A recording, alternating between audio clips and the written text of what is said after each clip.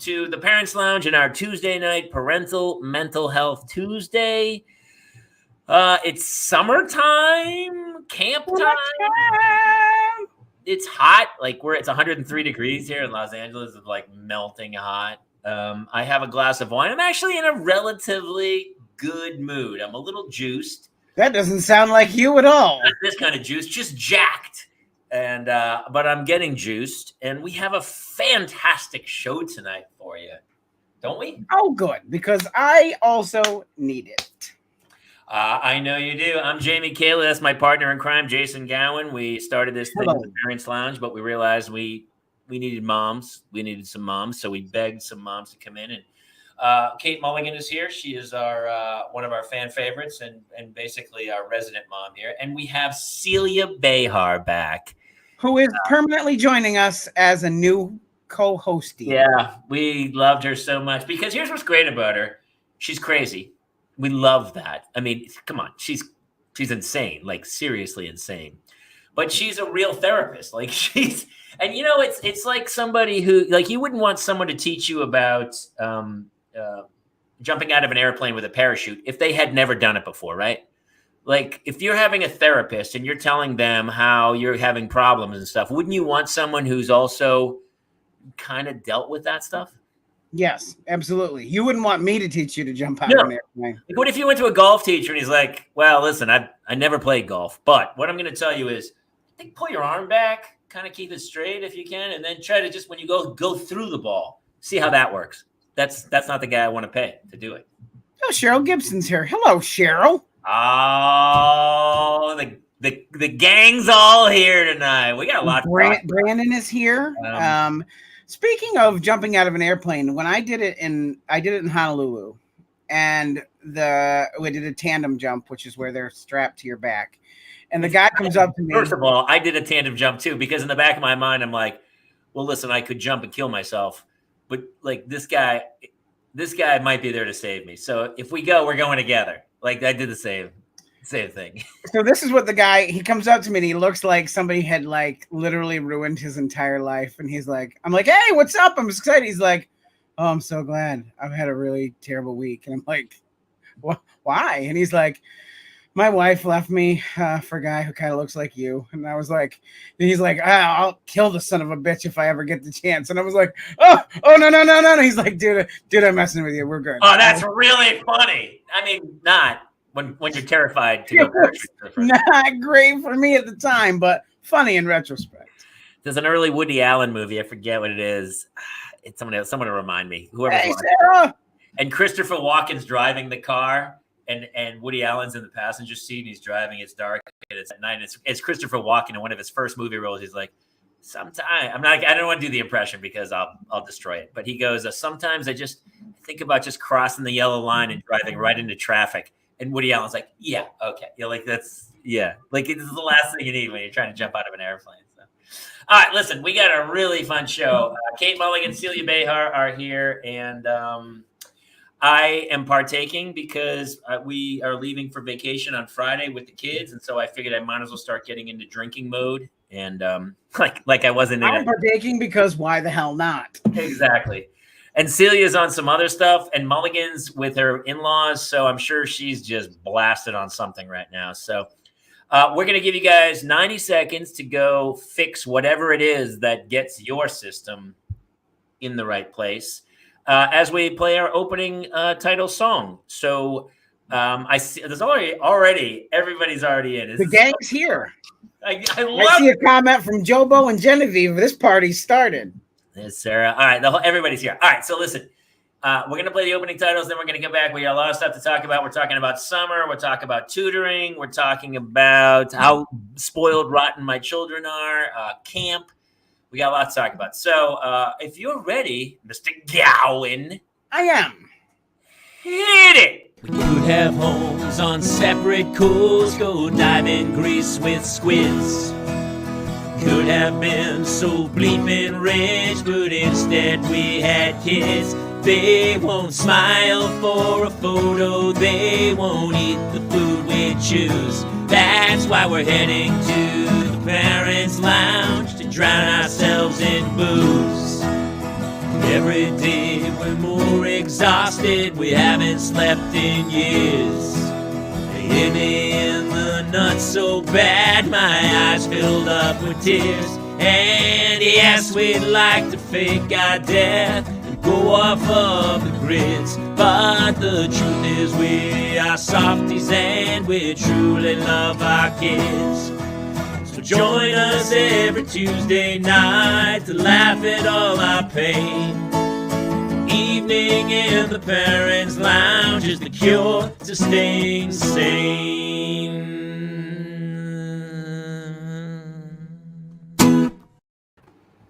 We lost one viewer during that song, so my voice must have really offended somebody. It was me. I was like, oh, yeah. fuck out of here. When I tried to do a key I didn't hit it. That was all. Mulligan, you look like when I used to have to go to church forced at 11 o'clock on a Sunday morning. Oh my God. That's what you look like. But you got your hair did, right? No. Oh my God. I mean, I diet myself. And she took a bath today. No, I went out to dinner with my husband. I went out, look at this. I got a dress on. Yeah. I thought you were saying, look at my boobs. Did you feel that? I was like, okay. Well, by the way, everybody, can you look at this real quick? Everybody, look at this. See what you were doing. Wait, you've got like Dynasty shoulder pads. You've got like I got a poofy shoulder. I had dinner out, and y'all forgetting that I'm sober this summer. California sober. Oh, okay. Well. Weed doesn't count. I don't understand the what you've said. You're Celia, as a therapist, actually, I talked to my therapist about this recently. Uh-oh. But like, I realized with drinking, I could maybe not drink on a night, but if I start to drink, I have to keep drinking. Yeah. And I don't have that with weed. Do I have a problem? We've got several, but I don't know if that's one of them. But here's your problem. I know what your problem is. Be a better drinker. Like, yes, I used to be more like that, where I couldn't go, all right, that's enough. So just be better at it. I'm not. That's what I'm saying. I always feel bad for them. I'm like, oh, that sucks. Just be better at it. I was not getting hungover. I mean, that's the thing is I was holding my 3 margaritas a night, and then I got COVID and naturally stopped. And I was like, I'm just going to ride out this stoppage. And now I'm wondering if I don't need to be stopped for the rest of my life. Do you feel better not drinking? No. I mean, no. Yes. I mean, I don't know. It's been over a month. So I don't know. Getting high a lot. Well, yeah, I get high once or twice a week at least, for sure. Once or twice. Yeah. No, truly. Well, no, because I mean, there's like, especially like out here, like even tonight, Dickie was like, I might need you to pick me up from the bar because we went out to dinner. And then he went out to see an Irish band play. And I came here to do this. Take an Uber home? There's no Ubers on the Cape? Well, when your wife's sober, it's cheaper to have her come pick you up. Fair enough. But also, I'm probably going to go to bed. So whatever. The point is, I don't know that I feel better. I definitely feel like I'm missing out. Like we went to this gorgeous dinner and I was like, oh, I just want a cocktail. But the problem is I wasn't going to have 1 cocktail. I was going to have 3. Yeah, but 3, what's wrong with 3? Just no 4th. 3 is fine. Yes, 3, Celia. I'm a terrible influence, but I'm going to say 3 is fine. 4 is where you draw the line. 3 is expensive. See, that's if you don't put 2 honey sticks in the cake, you'll be fine. Yes, it's the 2 honey sticks that will get you every time. Every time. Actually, if you're in Cape Cod, I mean, the fact that you're not on heroin makes you stand out from everybody else. I'm in meth Cape Cod, so we're good. We're good. So I don't know. Are shoulder pads a big thing on the Cape? It's not shoulder pads. It's a poof, Jason. Yeah, it looks like shoulder pads, but it's poofy. It's that whole like 80s style, which is like back, and I don't know what to do with myself. It's from Seinfeld. It's are you going to do the poofy pads? Me? Yeah. Do I look like I have poofy? No, I just wanted to hear your explanation. Honestly, that's the real reason I asked. No. I did get another tattoo when I was in New York. Ooh, what's the significance, or is it just beautiful? It's a cherry blossom, and my sister loves cherry blossoms. She had a huge cherry blossom. Oh, yes, that's significant. I have one on I have a cherry blossom on my back and a design as well, but I got it on the same street that I got my very first one in New York City when I was 22 years old. So it was kind of awesome because I took my kids to New York because, you know, they're older, so no camp or anything like that. We split up our time with the, you know, the dad. So he has them now. I had them. We went to Long Beach and then we ran around the city for 4 days. We had such a good time.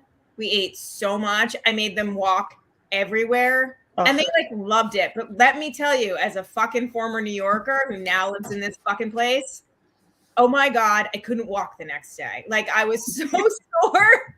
I was like, I was wondering if you missed it. If you when you went, were you like, oh God, why not, girls, do you want to move here?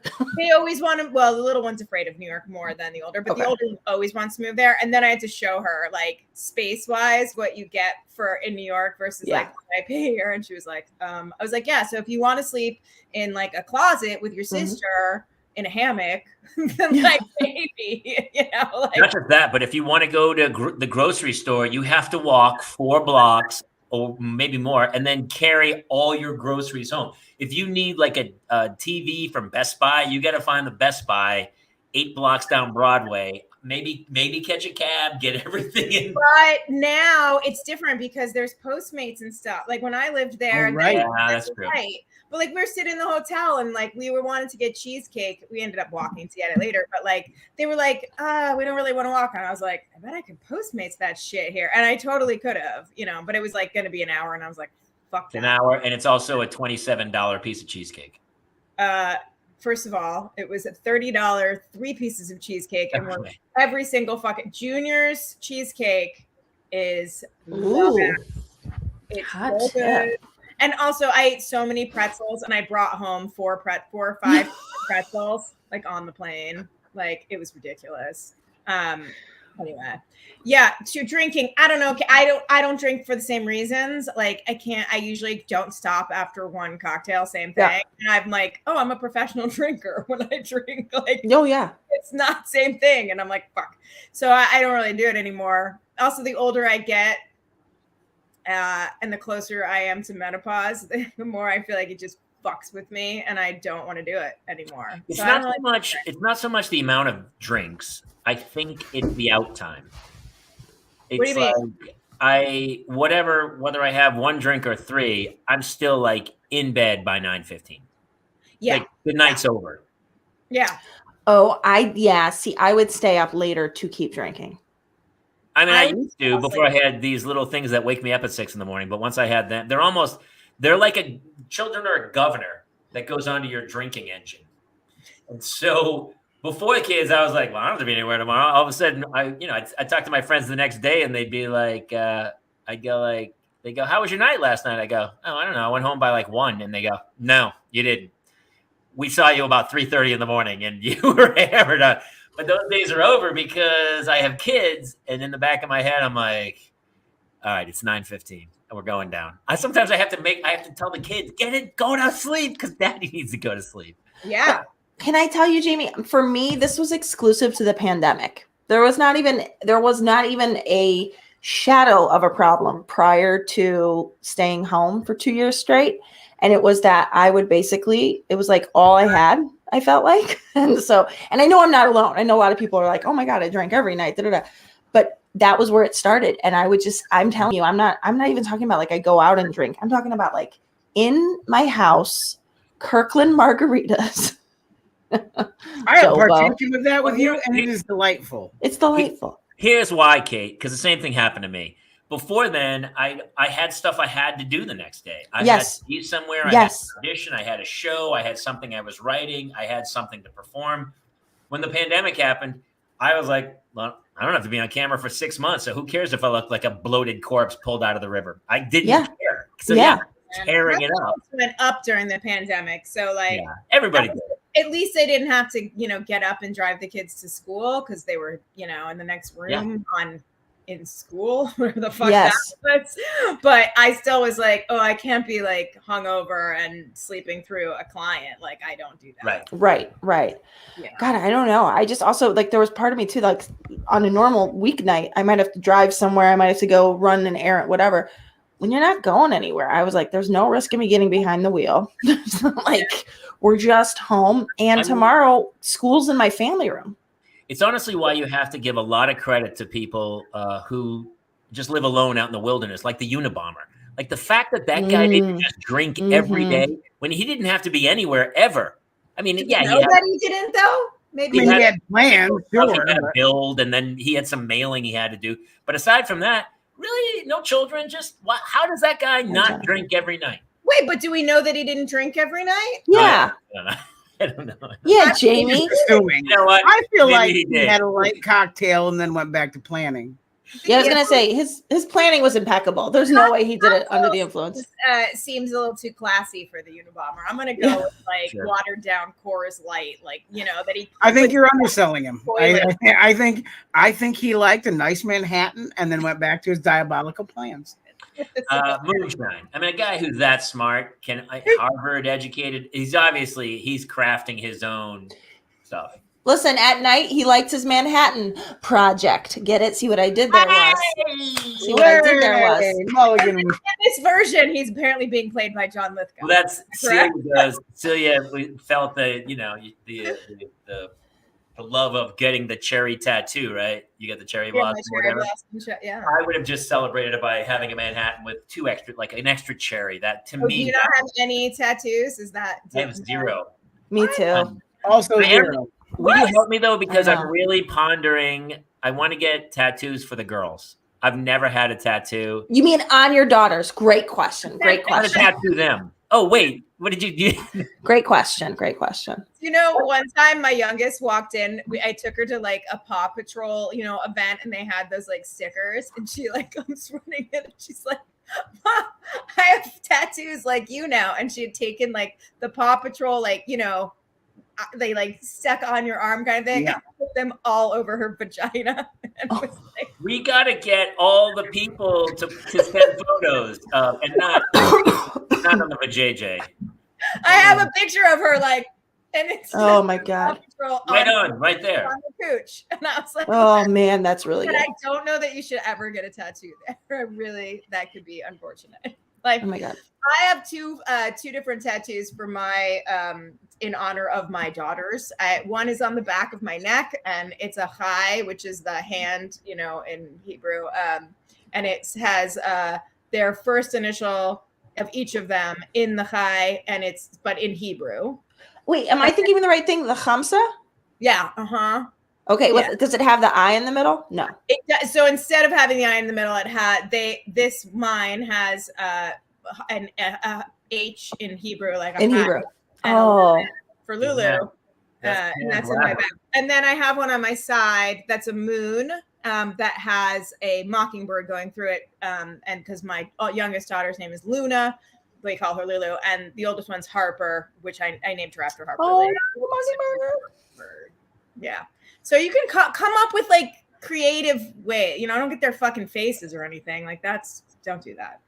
That's my point. I mean, honestly, I want to hear if Jobo says he has 2 tattoos. I want to hear what people have because I've thought about it. Here was the last thing I thought of was to take their initials or the letters of their name, H-A-N-N-A-H, and alternate it with C. So with Claire. So I would be like hate it already. Hate it already. Hate it. Don't even finish. Don't even finish.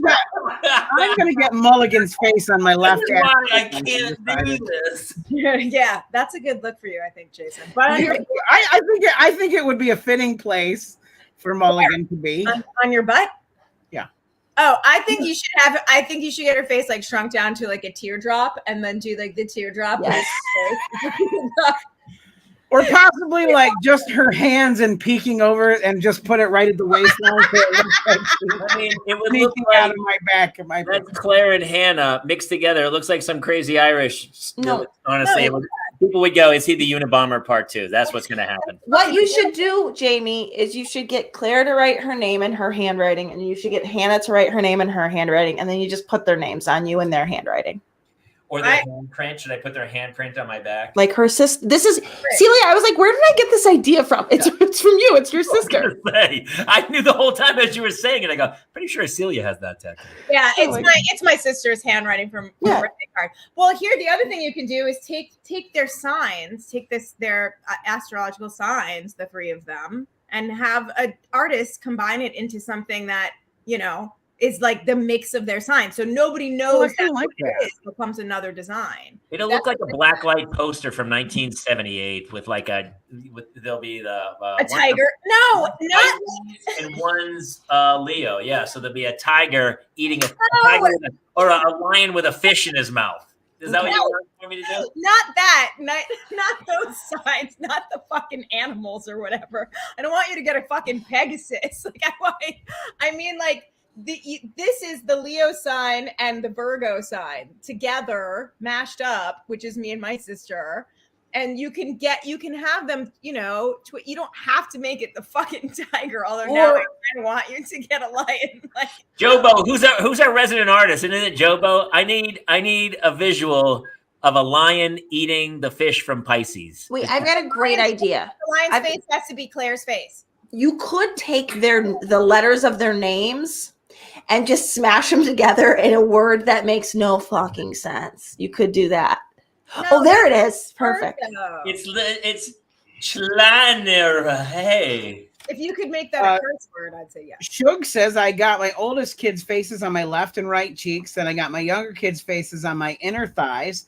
That way I know the next woman I marry is really committed. I like it. Wait, he has sex with the lights on? Wait, what? Wait, how else can you do it? Oh, Jason. Grow a little shame about your no, sex bro. life. No, a fish body with a lion head, Mufisha. Mufisha. Kaylor, I can't believe. have pondered it because it's one of the few experiences in life I have not tried. Getting a tattoo. I get a tattoo, yeah. Wait, Jamie, you made it through the Navy without getting a tattoo. I was in the tattoo parlor many times with other guys, and I was always like, I'm good. I just couldn't. I looked at the wall. I remember being like 21. One dude got an eagle on his guy. One guy got crazy. Did it look like this, the eagle? Yeah, the eagle had the talons. It was like it was striking it like that. And and it was flying with the wings spread, and he was a pilot, and that's what he got. That's my next tattoo. Wall, you know, the Yosemite Sam with 2 shoot guns. You know, like nothing. There was nothing on the wall that I was like, you know what? I'd love to look at that for the rest of my life. Nothing. And I was like, I got nothing. So I didn't get one.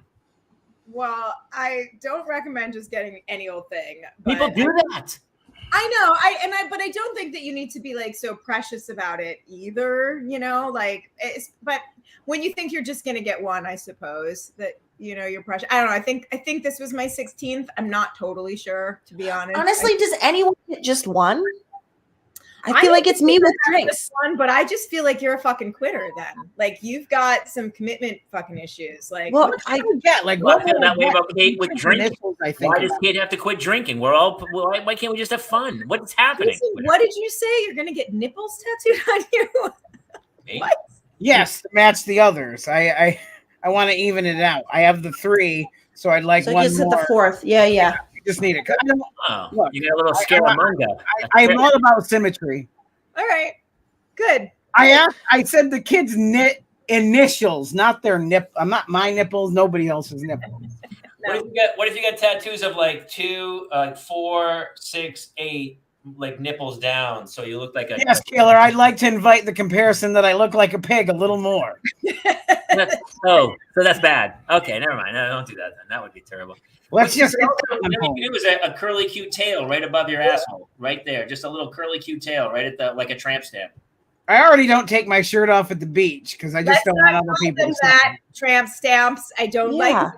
It's no. Which, by the way, someone said, one of my daughter's friends was over and said the word tramp stamp. Oh no, I had like 6 teenagers in a car. That's what it was. And one of them said, oh yeah, someone's going to get a tramp stamp. And I said, I think one of the boys said it. And I said, no, we don't say that. Like, don't say tramp stamp. Like, that's absolutely not okay.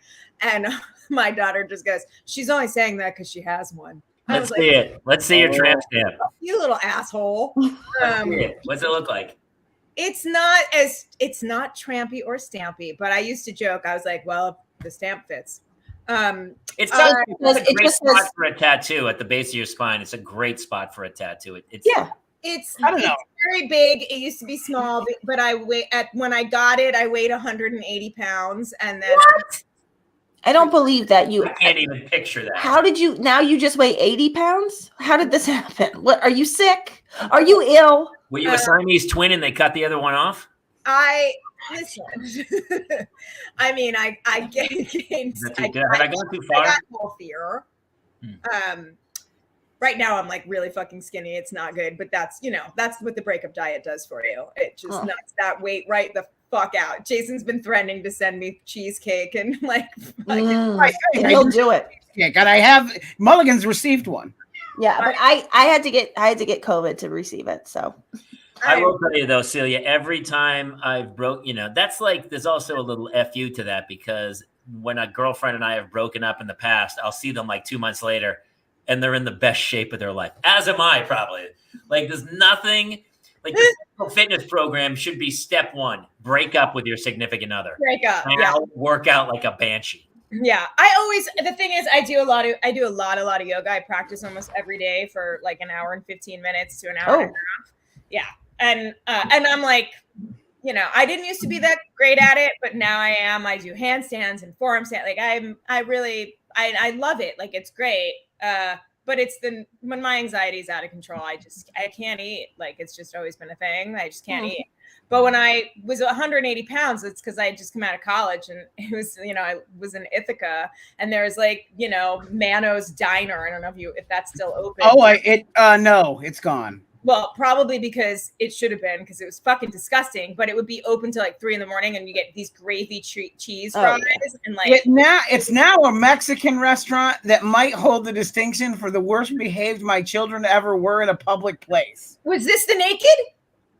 No, that's the Boatyard. The Mexican place, Anthony the Dark Lord left our table and went to another table and took their nachos, like literally just pulled the table and then walked back. And I was like, you can't do that.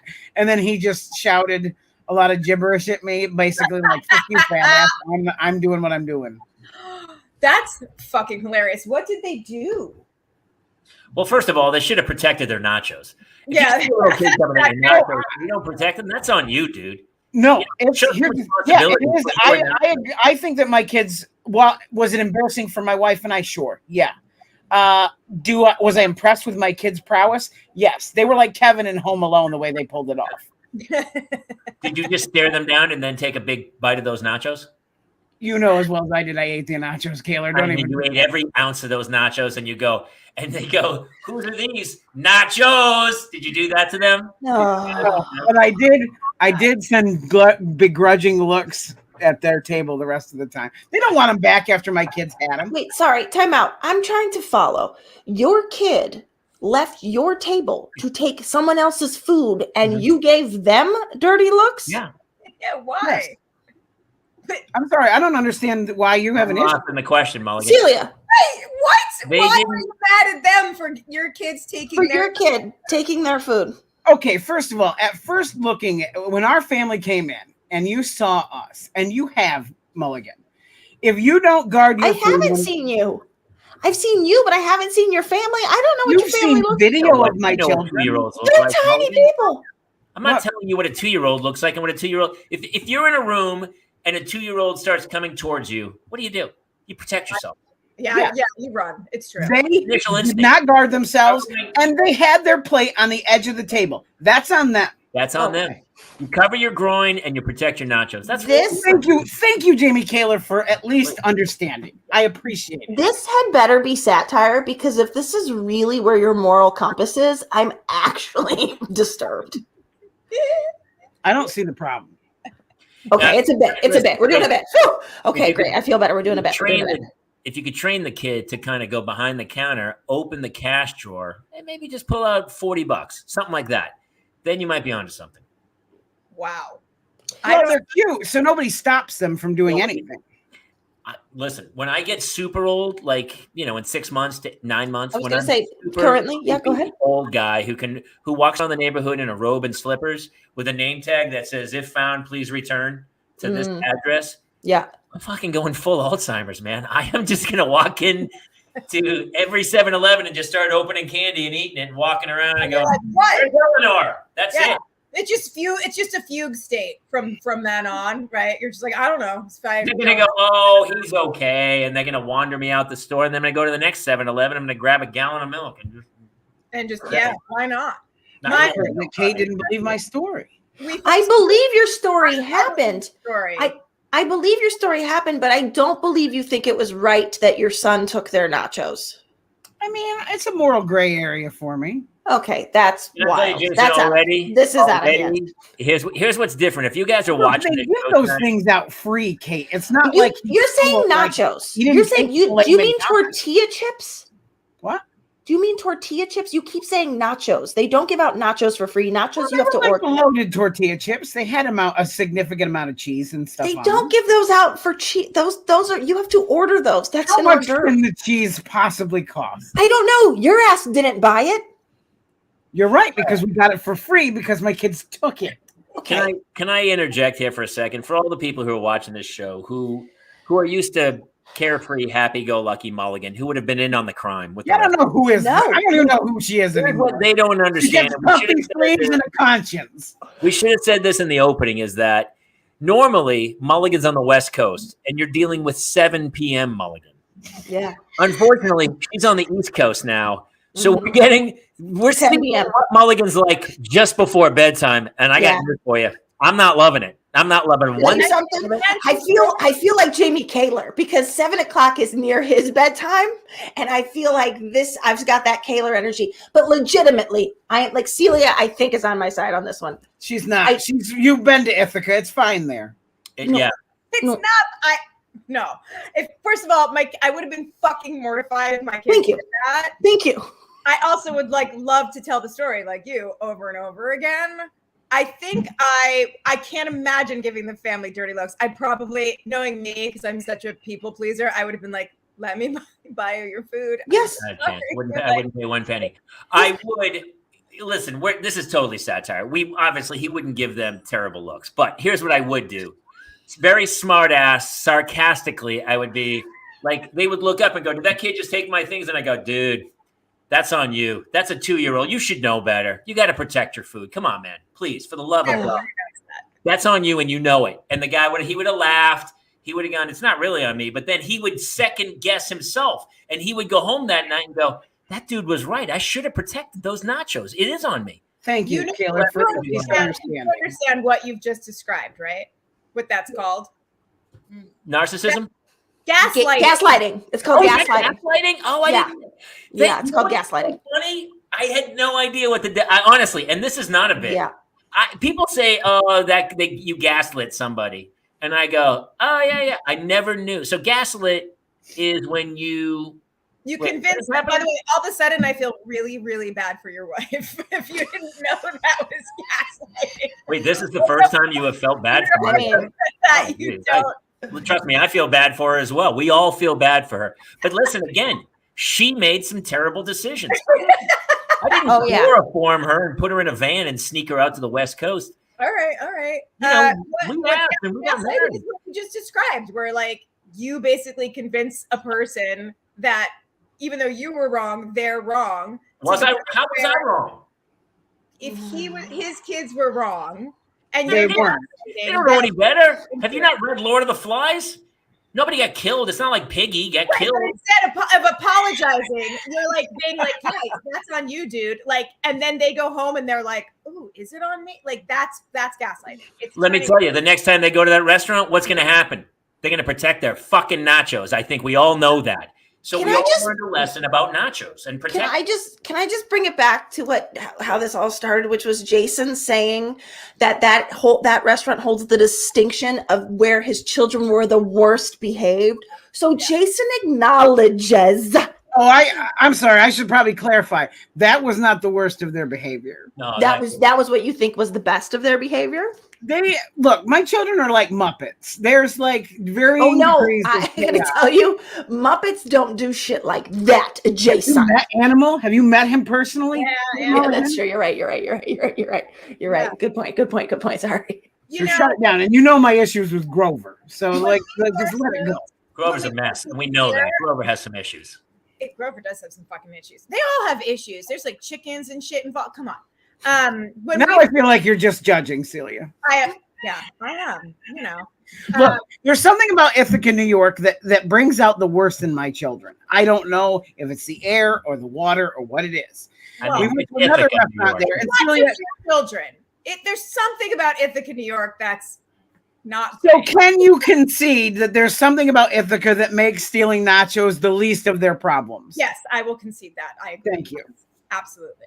And that people do far fucking worse. I mean, you guys, there's something called the Ithaca Fest. When I tell you that thing is like the biggest shit show, it's just a bunch of like fat, sad hippies who are like mostly naked in like these weird get-ups, and there's no really like rhyme or reason, and they just parade back and forth like banging a gong. Well, now I feel attacked, but thank you. Now who's gaslighting people? Who's No. poor? Somewhere right now there's a woman. No, in her that's home not. in You Ithaca, didn't New use it York, and correctly. She's getting a Google alert, and she's like, "What are you talking about? I thought everybody wanted to be here. I made brownies. We stole that's- brownies. Oh, no. And just ripped me to shreds."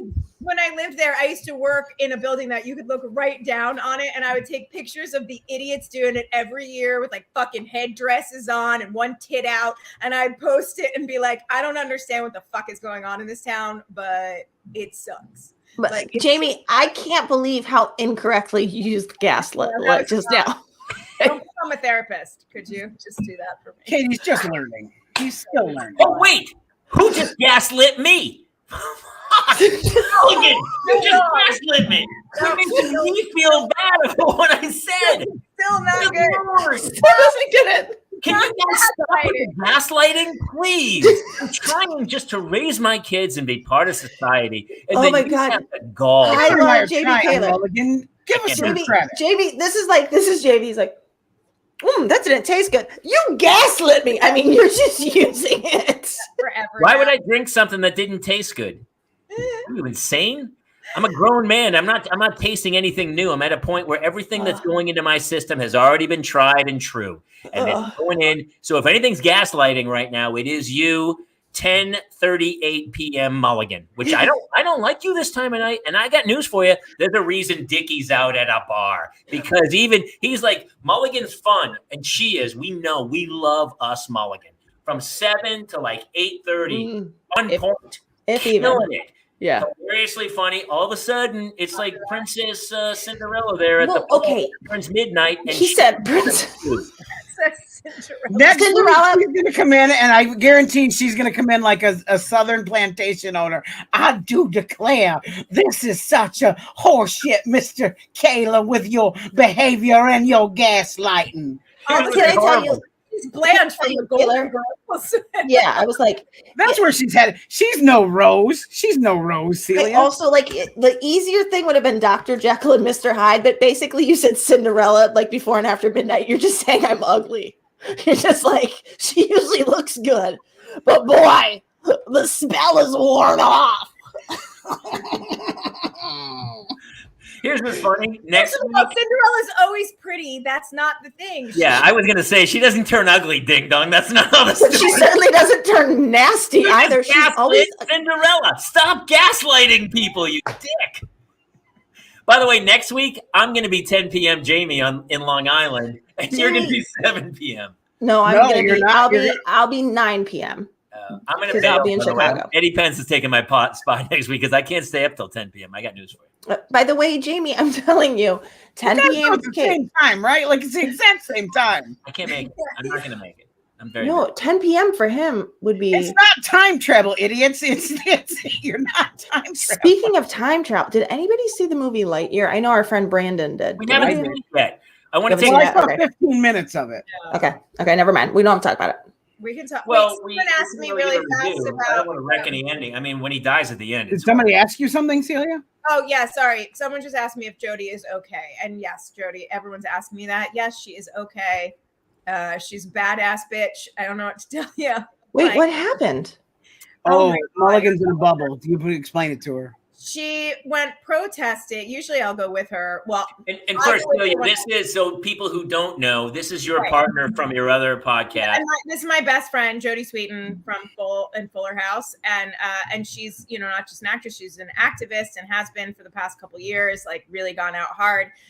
We both did a lot of marching during the BLM and during the election and all that. I was actually supposed to go with them but I was not feeling up to it after coming back from New York. I just wasn't feeling well and just run down in general, and had gotten some sort of like stomach thing was going on with me. So I was like, I don't really think that's a good idea. And it's very much not a good idea, because what ended up happening was while they were peacefully protesting and they were on the freeway, and she was actually like trying to lead people away, and a cop just grabbed her and threw her, threw her across the ground. Like she went down, and is there video footage? It's on the cover of every news outlet on Earth. And she got right back up, and everyone helped her. And our friend Mike who's an amazing photographer. He took the video and got a couple of pictures of it as well.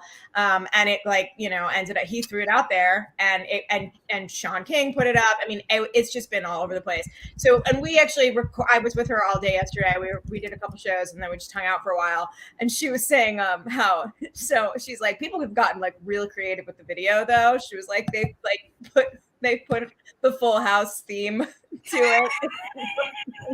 That's funny. And a laugh track, like shit like that. And she's like, hats off to like the creative, like, yeah, all right, like I got it, So she's okay. She's super tough, and she's, all it did was give her more of a platform. And she was like, great, I'll keep talking about it. Like, this is when we fight. And kudos to her, honestly, for going out. And, we all sit and we complain and we bitch and moan. But when somebody gets out and actually puts their money where their mouth is, I applaud that. And she does it all the time. I know, like, all the time. Great. She really does. And I said, badass, it seems. She's super badass, and she's little, like she's small. She's like 5'4", I think, maybe 5'5".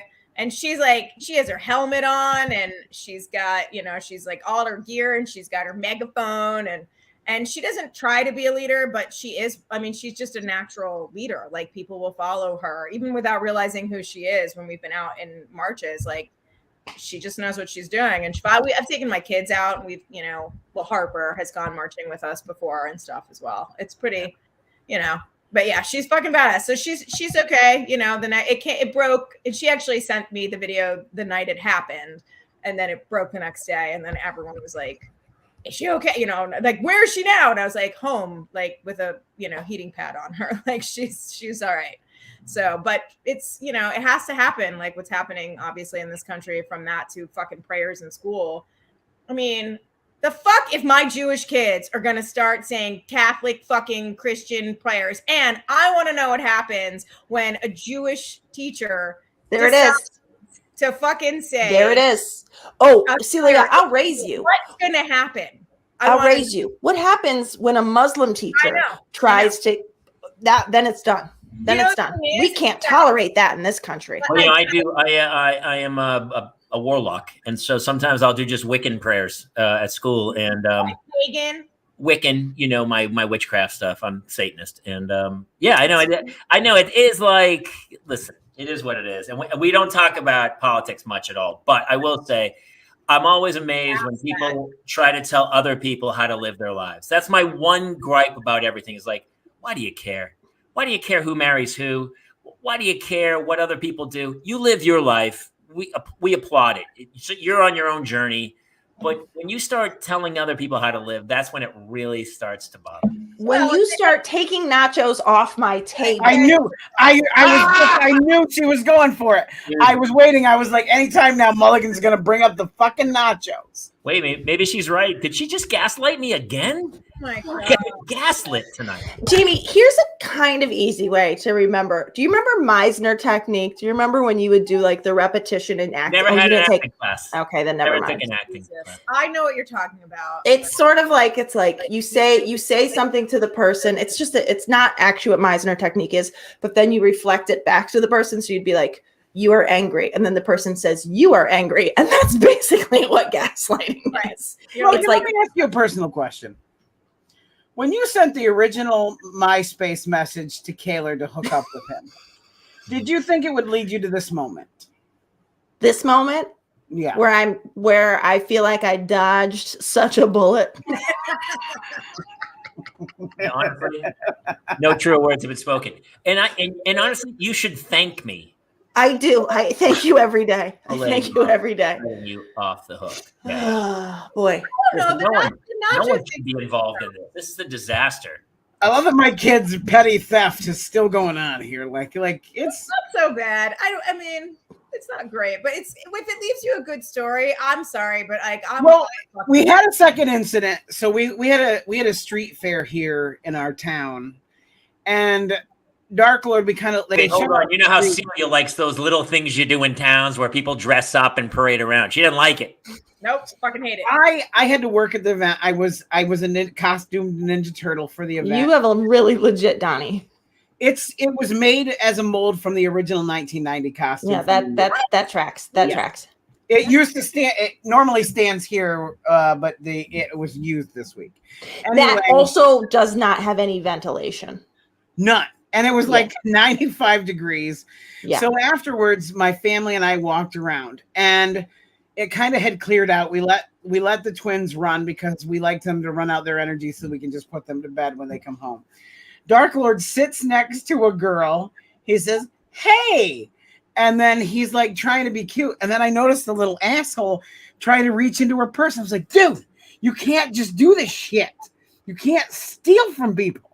And he looked at me and goes, "Oh no, it's stuck." I'm like, "Your hand is not stuck. That's horse shit. Get out of here." So I had to take him away. And Melissa's like, are you concerned that he's going to be a professional thief? I'm like, "Melissa, he's basically the living embodiment of Voldemort. We have a lot worse problems than petty theft with him." So nachos are the least of his worries, Mulligan. Listen, if he's a professional, it just means, he has a career at least. So he's good at it. Look. It means he'll get away with it. So for a while, he will, yeah. When we first moved here, we were invited to like some event that I don't even know if I really knew what was going on, but we went to this here. I don't even know how to say it, but it was a brand that Gwen Stefani clothing, like it was with the Japanese girls that she had done, right? And it was like a little fashion show and it was like kids welcome because it was like a kids fashion show. And I didn't, I was like brand new to LAF from fucking Ithaca. So, again, I'm like, events are people marching down the street with, fucking feathers. They have a delightful Harry Potter festival now. Oh, fuck that. I mean, all of that shit. No, fuck it. No, absolutely fuck not. So I go to this thing with Gwen Stefani, and at one point she's there, and like my older daughter knows who she is, and she's there with her kids. My younger daughter is like 4. She doesn't know what she's fucking doing. She's just tear-assing around the place. And they have one of those photo booths, and people are in them.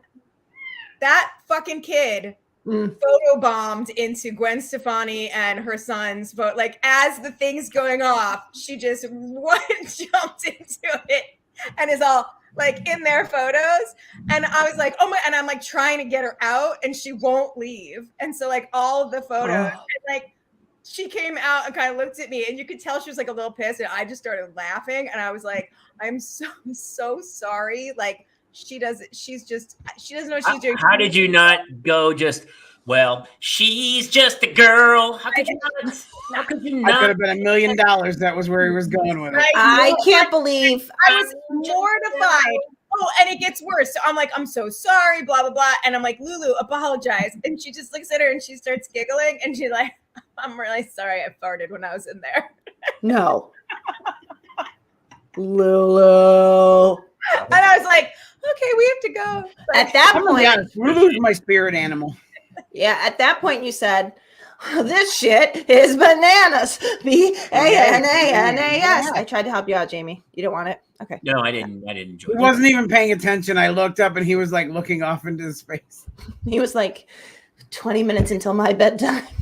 Already got the timer set. Yeah. Hey, not to change the subject, but We are traveling on Friday. Mulligan, how was it like traveling with children through airports on planes and things? Can I tell you, we've done 2 planes since June 1st, and Celia's just been on a plane with kids. The older they get, the easier it is. I mean, it was truly the way it used to be for us to get to Cape Cod, which is where we are now, is we would have to go to LAX 2 hours early. We would have to then take a 6-hour flight, and then we would have to wait 45 minutes for our rental car and then drive 2 hours onto the Cape. This time we were already in Chicago, so we just had a 2-hour flight to the Cape. It was amazing. But yeah, I got to tell you, the old, like, I now feel like triggered when I see people come on with babies. Oh, there. When I see people come on with babies, I'm like, oh, the anxiety they must be feeling about this flight. And I'm just so glad it's not me anymore. I'm always very helpful to those people because I can't. Oh, yeah. Sometimes I've seen like a woman alone with like 3 babies. Mm-hmm. Dragging a stroller, like losing them, like with everything folded up, and you're like, and nobody helps them. Yeah, everyone just goes, get away. It's like wild. I'm sure most parents, I think, for the love of God, somebody help this woman. That is the difference between being pregnant and having a child. People help you when you're pregnant. And they will not once you have a kid. Is that right? Yeah. They won't go near you. Nope. That's terrible. Yeah, that's very true. Although I'll say I flew with my kids who are older, and we went on the way out there. I got up at one point, and the guy in the back, one of the stewards was like, or flight attendants was like, what do you want? How'd your flight or something? And I was like, fine. I said, I know beverage stuff is like already gone through with JetBlue, and I was like, but what do you got for whiskey? And he was like, oh yeah, like whiskey and what? And I was like, just whiskey. And he was like, oh, really? Like, that's how this is? I said, listen, I'm a single mom flying by myself 6 hours with both of my kids who are lovely, but also my boyfriend was supposed to be on this trip with us and broke up with me before we came. So, not quite the flight I thought I was going to be fucking having. And he just goes, you're fucking kidding me. And I'm like, no. And he's like, so I go to the bathroom and come out. He just hands me 2 of the, and he's like, that's in your house. You can just have those. And I was like, love that. I guess it. Not even a glass. Just drink these out of the bottle. Also, did you sort of have a deal with yourself? Whoever sits in your boyfriend's seat is now your boyfriend? No, actually, he was because it was rows of 3. He would have been in a different place. I'm just saying that's a good way to find the next person. Did he eat the ticket? That's my boyfriend. Dearest to God. Did the ex eat the ticket? How would I know? But he bought his ticket, right? And just. Yeah. Sucker. We got him, guys. Have you guys ever had a trip with a girlfriend that you you broke up beforehand and can't? I think I had a trip like that where we canceled. He got insurance, so I think he probably got that money back. I really don't know, but I know he missed. That's always a telltale sign when you're booking tickets and they go, "No, I'll just book my own ticket. I'm going to take the insurance." I'm sorry. Actually, that was my idea. I wasn't. It was more of a COVID situation, but funny he didn't just go anyway. Well, I already bought the ticket. Fuck it, I'll just be on the same flight as them. Could you? Oh my God, were you a little panicky? He might have showed up. No. Oh, okay. I mean, that's the beginning of a rom-com, right? Yeah, it sure is. That wouldn't have been panicky. That would have been movie. I mean, they were one Rachel McAdams away from it. Yeah. No, it's the Kristen Bell, Jason Segel movie. It is. Where they decide to go on the honeymoon, or they have to go. Sarah, right? Oh no, forgetting Sarah Marshall. Yes. He doesn't know she's there. They just both love that place, and they're accidentally there at the same time. I think. Okay, but wow, I can't believe the way you just get. You got gaslit. In your face, Molly. It's so much, Unbelievable. That movie's still really funny, by the way. That movie is so good. The puppets. Sarah Marshall got me through my divorce, actually. Did it? It did. It was the movie that got me through. Was it Van Helsing? Mulligan, you know my love of puppets. I'm just saying, I knew, that's why I'm saying, was it the Van Helsing part? Russell Brand is so funny in that movie. I don't even know if I've ever seen that one. It's really such a great movie. And then Russell Brand's character is even funnier and Get Him to the Greek with Jonah Hill, where he has to get Russell Brand to the Greek theater. Have you seen that recently? That movie holds up. It's really funny. Russell Brand is in real life a true brilliant person. He's crazy. Have you watched? He has a YouTube channel where he talks about the world events. It's my favorite. He's not right or left. He just lays it on the table and it's golden. The dude's Yeah. super educated. Yeah. He also is like very open about having been a sex addict. Sure. And I mean, yeah, Jason and I are not open about it. I'm very closed off about my sex. I'm a little more open than Kayla is about it, but I mean, it's still pretty closed off. I always laugh when guys are like, "Nah, I'm a sex addict." Dude, we all are. Shut up. I mean, not all day, every day, but most days. I mean, we're feeling. But Jamie, you know, D'Elia came out about this too. I know that. Well, that was his way to get out of other things. I think to go. Look, Yeah. I always love when people go. What they should say at those apologies is like, "Hey, listen, I just want to tell everyone I'm really sorry that I got caught. In retrospect, I wish I had not got caught at what I was doing, and I need help. But I feel bad that everyone figured out what I was. Like I'm so sick of apologies after just getting just this handwritten thing of like, oh, you got me, my bad. I hate those things. So it is what it is. That's why I like a nice, clean disclaimer before I do anything. It's right. It's right. These things are going to go south. I'm involved, and that's all you need to know. And again, Celia is going, wow, I feel bad for Jamie's wife again. A little bit. I was about to say it again. Yep, you're right. Totally. It's not true. I treat her like a queen. I take care of our children. Yeah, honestly, though, I will say, from what I know, I actually feel bad for Kayla. I feel bad for this one. I feel bad for this Kayla. Well, listen, honestly, I think we all feel bad for each other because we've talked about this before. Parenting is like, hey, we're madly in love. We're having a great time. We're dating like lunatics. Let's have children and ruin it all. Let's be co-CEOs of something neither of us know anything about. And let's try to make really life-changing decisions based on our past experiences, even though they are not in sync at all. And we weren't hired for this job. We met at a bar and we were really hot for each other. We had a great time. And now we have kids and we have to make life-altering decisions together. It's very difficult. It's very difficult.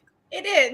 My sister and I used to joke, like, when she got divorced before me, that, like, I can't remember which of her kids, but one of her kids was like, Mom, is it because of us? And my sister was like, no. And then she called me and she was like, what kind of? Like, it's not about them directly, but it's indirectly. Yeah. 100%. Yeah, I mean that it, because you're like, you don't really know who you're with until that moment. Like when you're all the differences that you have, all the little things start adding up. You can't imagine you're ever going to be like the person that's just like every little thing makes you fucking crazy. I mean, I remember my ex used to like walk in the door and like take time to take his shoes off when I'd been home with both kids all day, and I'd like vomit in my hair and I hadn't eaten, and I was just like, the fuck are you taking your shoes off for? My wife opens boxes, the Amazon boxes, by the front door, takes out whatever she ordered, drops the box by the front door. It would sit there for maybe 3 weeks. Go ahead. No, I was going to say, I actually Dickie had to address this with me. He's like, when you open packages, you just leave the thing there. And he's like, you have to really, it's making me crazy. And so I'm like so conscious of now. Like, wait. So you are cognitively taking the things you want out of the box and leaving the rest of the box? No. Right. No, like, well, yes, in a way. What I used to do would be like, I would get like a Gap bag with the boys' clothes, and I'd be like, oh, Neil, James, and I'd like go like try, and then I just forget the stuff was there. But now, because Dickie was like, it drives me fucking crazy. I have anxiety just talking about this. Yeah, I get it. Well, I had to work on it. She has a coffee, like this morning she had her coffee cup and there was a sip left, and on one time I poured it out and put it in the dishwasher, which is fine, and she was like, oh, you threw that out. So now today there was a cup with a one sip in it, so I didn't touch it, and it's been on the table for 14 hours, and it hasn't made its way, still hasn't made its way to the sink. It would be part of the table for eternity. That would just be, that mug is part of that table, and I'm like, I'll put stuff on the stairs, I'll put stuff on the stairs to go upstairs. That's hers. It'll live on those stairs. So will live on the stairs forever. Yeah. Mine was always the dish trainer. My ex used to make me like, so pissed because I'll wash the dishes, but like if he had washed dishes or there'd been dishes washed before and it was like still on the dish trainer, and then instead of putting the stuff that's already dry away, I would just like pile it on top of it like some fucking sculpture, and it's like all balanced, and then everything that was dry was wet underneath it. And he was like, can you fucking stop doing that? And honestly, I don't do that anymore because I recognize, of course. Here's what I want to do. I want to make a test. I've been thinking about this for a long time, and I think we should all do it. We should write 500 questions of like, here's a scenario. What would you do? What's your answer to this? And then it should be a pre-marriage, like people do pre-Cana or what. This should be like, you have to take this test. It's like in the movie Diner. He gives her the test on the Baltimore Colts, and she has to score a 90 or above, or he won't marry her. Do you guys never? Diner's an old movie. Yeah, that's a great movie. I forgot all about that. You have to do this test, and you have to get at least 75% of the same answers correct with your mindset of how you're going to raise your kid. What would you do if your kid did this?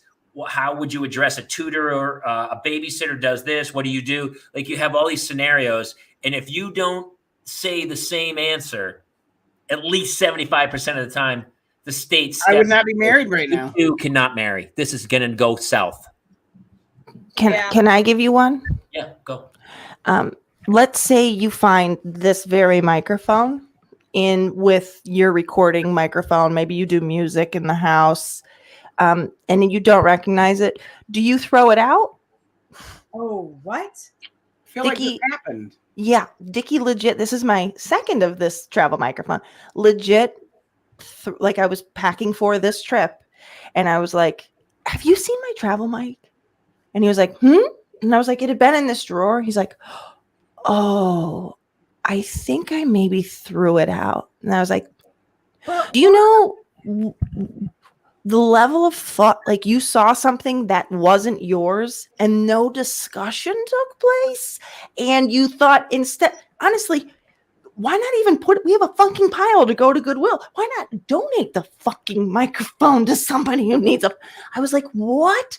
And he was like, I'm really sorry. But honestly, that's a sociopath. They threw out something that wasn't his. Took up way too much space and needed to be thrown out if it wasn't his. I am with you on this, Mulligan. I don't know. Here's the one thing I will tell you. My wife always accuses me. She goes, you must have thrown that. Like she thought I threw all of her old jeans out. She couldn't find them in the garage. She goes, you threw my jeans out. I go, Kate, I would never throw out your old jeans. It's not, I don't throw stuff out. I would stick it on a shelf somewhere. Huge fight. Of course, I walk out to the garage. I go up to the top shelf, pull this thing down. All of her old jeans are right. She's like, oh, okay. But she always says, anytime anything's missing, anything, she's like, she'll look for a spatula for like 2 seconds. You threw the spatula out, didn't you? Why would I throw a spatula out? Are you criminally insane? I don't know. It's not here. And if it's not here, it means you threw it out. I don't know that it'd go to criminally insane over a spatula, but I mean, I see where you're going. She thinks I throw everything out. I throw out everything. When I'm like in a cleaning spree and I have music on or I'm talking to a friend, I throw out everything. I once threw out, it was like, a little bit of a, I don't know, foreshadowing, but I once threw out my marriage license. Okay, that's. Wow. I mean, like, Freud would have something to say about that. Yeah. Yeah. And then there you go. Like I look at something and I go, am I ever going to have to rebuy this? And if there's a chance I will not throw it out. Yeah. I mean, like a microphone. I would have asked and said, "Hey, is this your microphone? What is this? I don't recognize this." He didn't see you for 5 days at a time, and he really needed to make a decision on whether that microphone needed to be thrown out in that moment. Has been unemployed since April 30th, Jamie. He's seen me every day. I can't defend him. There's no defense. There's no defense. It is. But I will tell you what, this is weird. He's jealous of the microphone. Definitely not. That's the other thing is that it's a travel microphone. So it's it works pretty well. But like he's got all of his big recording equipment microphones in there. And I was like, oh, this is where we keep the sound stuff. Okay, great. He's taken up the drawer. I'm not going to find a new place to put my microphone. So I put it in the drawer, which is in our common room. I don't know. I will say I know exactly. He comes by it honestly because we are here with his parents. And when we are over at his mom's house, she'll just be like, here, take this. Anything that's on a table, she's just like, put it in a pile, get it upstairs. Yesterday, my father-in-law said, Denise, did you see the time, the jar of time that was on the counter? She said, yeah, I threw it out. He said, why'd you do that? She goes, it was on the counter. And he goes, it was a perfectly good bottle. Then it shouldn't have been on the counter. What is the counter for exactly? Yeah. Jason, thank you. Thank you. Sorry, everyone. I got Pammy Puffy Sleeves all upset. Let's go ahead. Wait, Go can ahead. we- No, you got me. Can we You and admit, I are on the though- same page on this one. I do need to know. So go ahead. Here's the beauty of this, though. That's her picadillo. We all have them. Like I do things to my wife where she's like, you're killing me, because I'm very anal about where things go and So am I. and I picked on Yeah. like my daughter will eat a popsicle and she'll leave the fucking stick in the wrapper next to the Right. couch. And Yeah, kills me. I could easily throw it out in 8 seconds, but it will take me 5 minutes to go find her, go get your ass in here. You pick Yes. that up. And Yep. I keep doing it on a daily basis, thinking it will take. It does not. It It's will. It will. It will. It will. It will. You grow past it. Yeah, they grow past it. My kids are honestly, but partly to avoid that, right? To avoid me coming in and being like, I mean, the older one does things now where I'm like, can you please pick up your room? And her response is usually like, you should see so-and-so's room. So-and-so's room. You're not, you know. Mm. And I'm like, Not to talk politics, but that is the Trumpian way. Hey, you're a criminal. You did this. Hey, but have you seen those guys? I think Gaslighting. Jamie, you got it. You got it. you might have there you perfected it. go. But it's I been feel like around this for a episode long we all time. learned a little something. He got it from Roy Cohn, who was a famous lawyer in the 80s. There's a great biography, documentary about Roy Cohn. It's And called Roy- Angels in America. Or if you've ever seen Angels in America, you know. Yeah, and Roy Cohn was his Angels in the Roy Outfield. Cohn was his lawyer, and Roy Cohn, he had written it down. He goes, "Here's my theory. Anytime you think you're doing something wrong that you know, before anyone can tell you what you're doing wrong, accuse the other person of it. It's brilliant. It's so genius. So if you're a thief, you go, that guy's a thief. And then if that other guy goes, no, he's lying, he's a thief, it's too late. He's already the thief. It's fucking genius. It's Yeah. so genius to do. What I did with the other family. Gaslighting, is that what gaslighting is? That's yes. Oh, That's like evangelicals that are like, yeah. you shall not sin. Meanwhile, they're tapping their foot under like In the airport with the other Yeah. dude. Yeah, Yeah. I know. Yeah. They're getting their mistresses abortions, you mean? yes, exactly. Oh, that's actually a Mulligan joke from a bit. Yeah. I do think any guy who stands up and says it offends me when two guys get married, in the back of my head, I'm like, it's because you want to marry a dude and you Yeah. can't because And you can't let yourself do you're it. broken inside. I know. Yeah. Why do you care? Why do you care if a guy marries a couch? What do you care?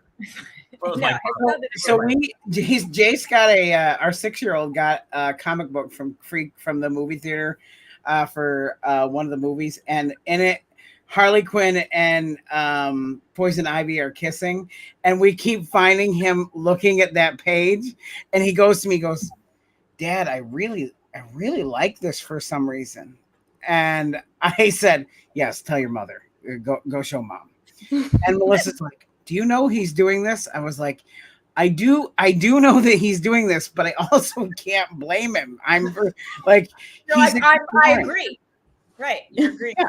I'm okay with this. Well, that's so Celia, you know, we live in a very conservative area. And so we saw two dudes in Target who were very much in love. And Jace asked me, he said, is it okay for me to love a man? I said, dude, you can love a man, a woman, a pineapple, a goat, whatever you want to love, as long as they treat you well. And he said, like you and Mom, like, dude, let's shoot higher than that. That's funny. That's a good thing to do. By the way, a lot of people, if you're listening to this on iTunes as a podcast, you are missing the comments. Oh my gosh. Maureen O'Malley, Joey Steelers, Jobo. Jobo left the funniest Right. one. We So blindingly funny. Yeah. So Jobo said something earlier. I have to get to it. He said, I'm gonna start a religion. Where did it start? He said, I'm gonna start a religion where for just gays and people wanting abortions. he's like, and then we'll have to teach that in school. yeah. I'm gonna start a church about gayness. Yeah. Tax free. I know. Listen, I do think is when you get to a certain point, you're just, I don't know. it's much happier living when you're just like, hey, do what you do. As long as what you're doing is not affecting me. Like, I still, to this day, the worst people on earth, people who don't pick up their dog's poop, right? Who else? Who are the worst people on? And like, even to the point where like people who don't return shopping carts. The shopping carts. But the people who don't pick up their dog's poop, those are the worst people on earth. People who try to overthrow the government on January 6th. Right. People who take away women's health care. Sorry, just checking. Yeah. because that's the thing. I know we're not going to be political. I just want to say that this is not actually a political issue. No, it's not political, but I'm totally with you. And I'll tell you that my wife, she had an ectopic pregnancy, which almost killed her. Yeah. Immediate surgery. It will, by the way, it will kill women. It would have killed her. It almost killed somebody the very first day it happened. The very first day. Would have almost killed her. She also was deathly ill. She threw up every day for both of our children's pregnancy. And she did it because she wanted to have a child so badly. But I mean, do the old dudes who are proclaiming this thing, do they have any concept of what it does, what a woman goes through? I mean, they don't. And that's the problem. It wasn't pretty. I'm not going to lie to you. Remember, there's one fucking, CNX Tuesday of a woman that, I mean, fuck that cunt. She's the worst of them, I think. Sorry. Celia's welcoming her way in. You know what? If somebody's offended by that, they can move on to the next show. Can I tell you? I'm not even going to edit that out with a dolphin noise when I put it on iTunes. I'm going to leave that one. By now, iTunes should be used to me dropping the C word because it's Mulligan made it a sport that every Mulligan have to fight over the C word because it was Mulligan's word, but now apparently Celia. I got to tell you, Celia can have it. She used it with such gusto. I love the T word as well. I mean, but like really, if you at this point, if you don't Google the word cunt and Amy Coney Barrett doesn't come up, I don't know. There's something wrong with fucking Google. Like, I have two daughters, and I thought when I first had them, I was like, oh, what a great era to have little girls who are going to take over the world. And now I'm like, really? But listen, it always goes. Everything swings. It's puritanical right now. Yes. People made a terrible choice with Jill Stein. Ruth Bader Ginsburg could have made a better choice, and now there's no choice. So it will change. It will swing back eventually. If you guys want something funny to watch in all of this, by the way, I highly, highly recommend a girl with a microphone. Do you guys know who she is? Oh, I love her on Instagram. Yeah. We were texting the other day. We were hysterically laughing because she. I mean, first of all, she's so amazing and she's such an awesome activist. She just like drives around with her microphone and screams at people at like Trump rallies and shit like that. But she was like, I have so much to say about this. And she made this whole video where she was like, but right now I just need to like roast.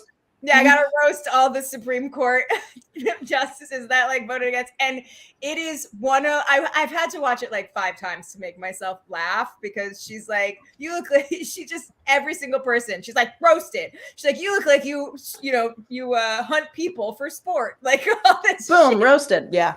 I still love Susan Collins. Like, hey, wait a minute, they all lied. Yeah. What did you think was happening? Are you that naive? Jesus. But they didn't tell the truth before we appointed. Yeah. What are you thinking about?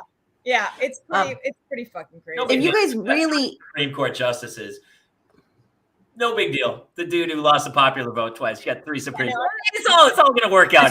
It's fine. That's definitely the way Supreme Court justices should be decided. Should be, yeah. Yeah, definitely should be. If you guys not to change subjects, but speaking of, if you want something that's going to make you laugh until you actually feel better, has anybody seen, speaking of parenting, the Japanese show Old Enough? No. We did a whole podcast on it. What? Oh, tell me about it. Jamie? Show. Yeah, Jamie? It's so funny. It's Jamie? So fucking I'm not kidding you. Please, after this. Are you old enough? Yes. They send 2 years. They send 2-year-olds. And it's all subtitled. 2 to 5. 2 to 5. But like I've only seen the ones like this 2 year and 9 month old. And they're like, okay, daddy needs his sushi uniform cleaned. Can you? And they send the fucking 2-year-old a clip of it. And the kid's like, the kid was just like a little note that says, I need to get this package. Or like a little flag that says stop. It is. There are people all over that actually are like making sure. You can see like cameramen and stuff, but I can tell you what, if we send my kids, I ain't getting anything back. no. Dude, my kid would My be real- kid Not crosses true. the street, by the way. I still freak out when my daughter crosses the street. She's 7. Yeah, I do. Here's my the older one. I'm like the older one. If I had sent her out when she was that age, she just would have been like, "Fuck you! I'm gonna go find someplace else to live and probably be fine and a millionaire." But the little one would be like become like a cave troll under a bridge. Like she would never fucking go back. Like, They play this jaunty little music while the kids, and they're just like, and the parents will like pack them snacks as if they're going to be gone for more than 15 minutes. It is, Neil Scream laughs at it. Like he's like, very cute. and the boys keep saying, can we play old enough? So we're staying in a rental house and we're like, okay, you got to get to Dee Dee and Papa's house. And like, we just sort of trail behind them and they like get themselves there. It's what we need. It's just what we need. Also funny. Did you bring your gardener with you? The kids Wouldn't it be lie great and the to give moms your- like know it. They're like, "What'd you do today?" And they'll be like, "Oh, I did all the chores." But like, really, they were just like chasing after the neighborhood dog the whole time, and they didn't do fucking anything. And the mom's like, okay, yeah, I see you." I love Jobo. Jobo is making me laugh so hard. Wouldn't it be great to give your kids that much responsibility though, and trust them to do it? Like I would love to have a team. I have had my kids go do things and then spied on them. Have you done that? To your kids? I've not done that to your kids. No. No, you haven't done that? It's weird. No. We're thankful for that, Kate. Yeah, I'm just saying. I can answer that pretty You just confidently. No. gaslit me. That's gaslighting. My older one has 360 and like her, find my phone or whatever, so I can always see where she's at, and I also know when she turned off, like shit like that. And I have access into her Instagram, as I've told you. So if I see that she's doing Yes, you did. that I don't like, I will just jump into the text messages in Instagram and embarrass the fuck out of her. When Jace tried to run away, I tracked him like Batman style, and then he told. What's Batman style? Have you? I don't think You Kate just- and Celia. talks really low. So we told Hey, Jace Batman, do you have to do this while you're talking? it was not acceptable for him to have Cool Ranch Doritos as his main breakfast food. Okay. This was a point of contention. It made us bad parents. He told us we were terrible. He said, honestly, at one point he did tell us it was horse shit. And then he said, I'm moving out. I said, go. You know what? You missed a giant opportunity. When he says I'm moving out, you go, Bye. it's not what you do that defines you. It's who you are. And then slam the door in his face and just let him go. Yeah. We let him Hello. go. And he gets to the gate and he's like, oh, wait, are they going to let me go? So he goes around the corner, and we have a neighbor in our neighborhood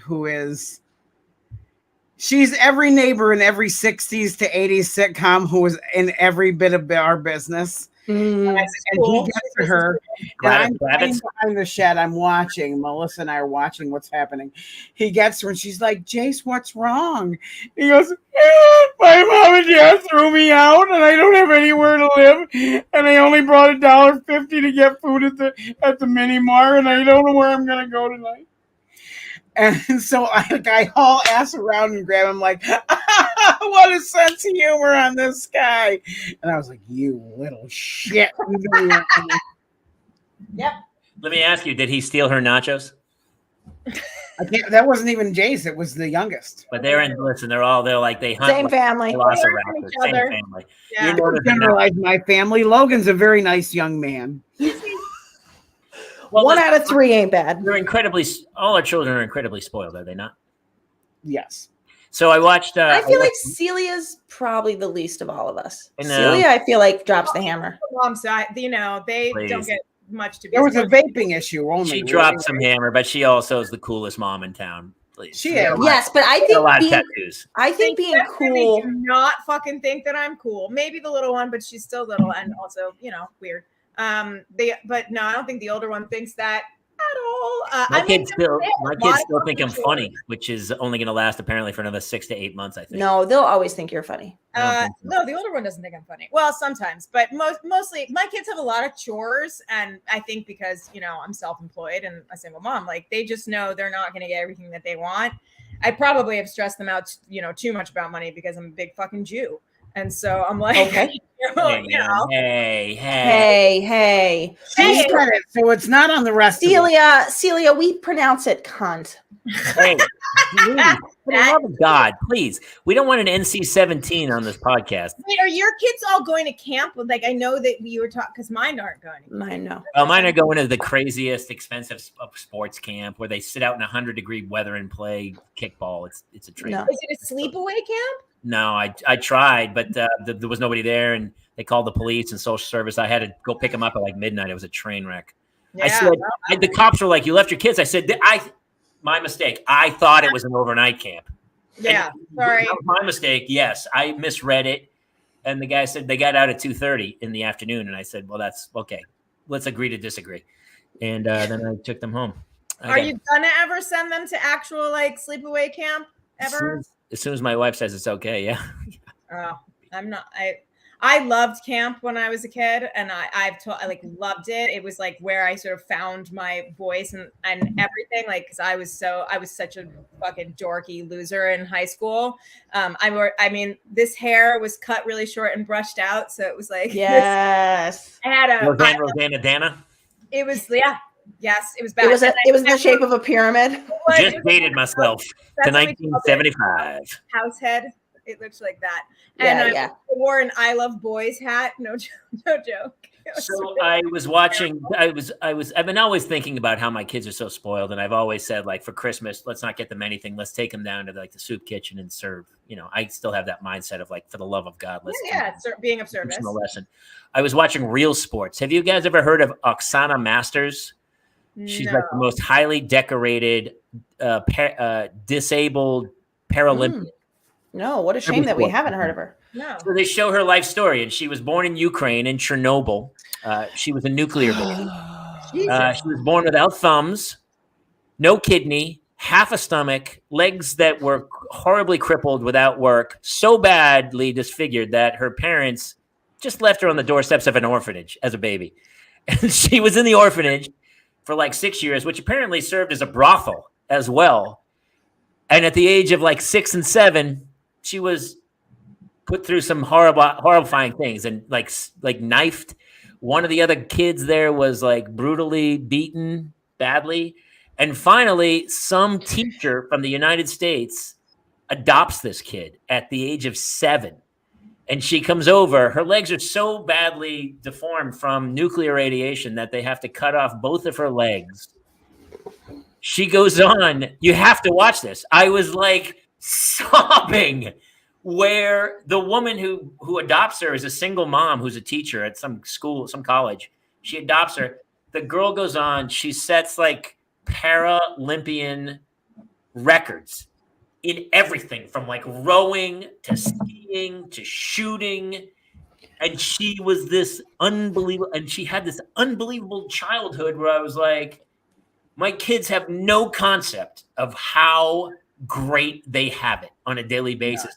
And I'm actually, I recorded it, and I think I'm going to show it. Is my daughter at 7 too young to understand what's happening? No, you can do that. Jason and I both have this face. I know, and I have it too. And I'm like, well, Jamie, can I teach them that they have been given this unbelievable 50 migrant people who tried to get over the border died in the back of a truck trying to get to a better life. And my kids complained because their water bottle didn't have a fucking Lightyear logo on it. You know, like, it's crazy to me. But Jamie, that's also us. I know. That's like, yes, that's all. That's the problem is that like you can watch that documentary and you are still going to at some point tomorrow say, God, I'm so tired, because we can only respond to what is in our, and at some point your kids might face a hardship and they'll figure out how to get over it. But looking at other people's hardships or looking at I just feel like comparisons are really dangerous in all directions, because as soon as you need to compare, I think it's fine to show the story because it's a very inspiring story. And she will also process that somewhere in the back of her mind where it's like, oh, that's not how I'm growing up. And she'll ask questions to be like, I know, but he's pitching it as like, you see how lucky you. Don't do that. Yeah, you don't want to do that. Like when I used to show my dog those commercials. I'm being comedic in a way. I would love them you can show it to her. understand, when they read these books and stuff, I would love them to understand, I guess, listen, none of us did at that age, right? It wasn't until we got older. When I got in the Navy and I traveled the world was the first time that my eyes were open to like, oh my God, there are people living under the bridge in the Philippines. Like I hadn't seen it before. And when you see it, in these countries and you're like, oh my God, they're living there. Like it all starts to register. But until then, you live in this, this crazy castle where we are, and it's crazy to us. I think the first time I ever went to Israel, I was like 7, and my mom took us to Yad Vashem, which is the Holocaust Museum in Israel. Yeah. And that was like indelible on me. It definitely made me understand without her ever having to say like, look, you could have been in the Holocaust. She never said anything like that. She just wanted me to understand, historically, like that this had happened. And I very, very much remember seeing the pictures of all of the children's shoes. Yeah. Oh, no, thank you. It's a lot. But How old? So do you have to necessary. read the Diary of Anne Frank? Don't kids do that? my oldest daughter 10? read it at like 7. Oh, 7. Yeah, and my youngest, the 10-year-old, hasn't read it though she wants to. She's actually reading Mouse right now. I got that for her. What's Mouse? MAUS. MAUS. That's the one that's been banned in schools. It's a graphic novel about the Holocaust. And We actually in high school it was required that we see Schindler's List. At my high school. My We had oldest like a saw field it trip at for 10. it. Yeah, my oldest one saw it at 10, and Lulu has said that she wants to watch it soon. And I'm like, I just have to gear up to watch it again because I just. Well, I was 30 when I saw it, so it was a little. Yes, it was. By the way, Dickie's colorblind, so after I showed him Schindler's List, and I was like, I mean, there's nothing more devastating than the moment with the red coat. And he goes, "What red coat?" I was like, no, he hadn't seen the little girl marching in a red coat, and then he hadn't seen the red coat in the pile of bodies. I was like, well, you missed the point of the movie. That's it. You missed it. Well, listen, historically speaking, I think we all grew up in a great time, and I wonder now, historically speaking, if my kids are coming into a great time. I don't know. The pandemic into this, and I feel like it's a really tricky time to have kids and to be raising kids in this thing and trying to teach them right from wrong, and with all that's going on, how to explain it to them. It's crazy. It's hard to do, and I don't really have the answer for that. I will say I watched Stranger Things with my kids, and which I fucking love Stranger Things, but they constantly, like, especially Lulu, will turn to me and be like, is this really how you guys were in the 80s? Like, you could just ride your bike and like go off with your friends for hours. I'm like, yeah. Yep. It's a lot. I don't know how my parents dealt with it. How would they not terrify? I was gone for like 12 hours on a day. My mom was like, at 10 o'clock, if you were home at like 10 on a day in the summer, if we weren't in camp, she was like, get out. And I don't want to see you until like 5, 6 o'clock. She just knew what houses to call to be like, is so-and-so, are they there? Are they there? And they'd My mother had a bell. She had a big cowbell and she rang it in the neighborhood. And I knew when I heard the bell. Logan, what was your childhood like? My childhood? Yeah.